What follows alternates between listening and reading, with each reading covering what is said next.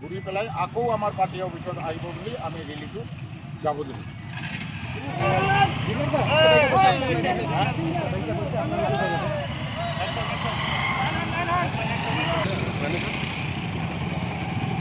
আমি bike rally কাৰ্যসূচী হাতত লোৱা হৈছে আৰু আমি বাইক ৰেলী আমাৰ কমপ্লিট ফকিৰাগাম সমষ্টিৰ কমপ্লিটটো আমি বাইক ৰেলী কৰিম।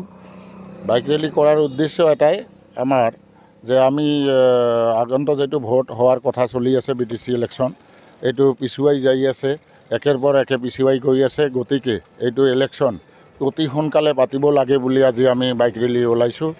আৰু আমাৰ 2 তাৰিখলৈকে আমাৰ একটাৰ পৰা এটা আমাৰ এই ধৰণৰ কাৰ্যসূচী আমি লোৱা আছে। অহাকালি 2 তাৰিখে আমাৰ চিঠিলাত আমাৰ হাংগাৰ ষ্ট্ৰাইক আছে, এইবিলাকো আমি কৰিম।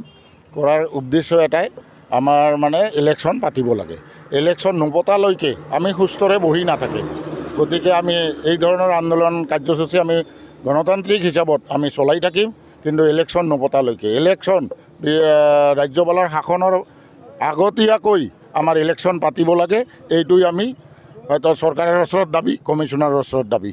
সব দেশতে যদি ইলেকশ্যন হ'ব পাৰে, আমাৰ BTC 4খন ডিষ্ট্ৰিক্টত কিয় ইলেকশ্যন পাতিব নোৱাৰে? নিশ্চয় ইয়াতে কিবা এটা হ'লেও মনে হয় কিবা এটা দুষ্ট চক্ৰই কিবা ধৰণৰ কিবা বেয়া চিন্তা কৰি আছে, নহ'লেতো আমাৰ ইলেকশ্যন পাতাৰ কোনো অসুবিধাই নাই। আমি যেটো কৰোনাৰ বিষয় লৈ যিখিনি আমি আইন অনুযায়ী যিখিনি কৰিব লাগে, এই ছিষ্টেমত আমাৰ ইলেকশ্যনটো পাতি দিলে হৈ যায়।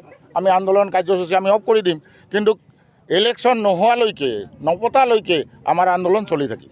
আমি আজি বাইক ৰেলীৰ জৰিয়তে আমি আমাৰ ইলেকশ্যন কমিশ্যনাৰক আমি সকীয়াই দিব বিচাৰিছোঁ যে এই বাইক ৰেলী নহয়, আমি এই 2 তাৰিখলৈকে প্ৰগ্ৰাম নহয়, এই অনতিপলমে 27 অক্টোবৰৰ ভিতৰত যদি ইলেকশ্যন নাপাতে, ইয়াতকৈ হয়তো আমি জংগী আন্দোলন কৰি উঠাম।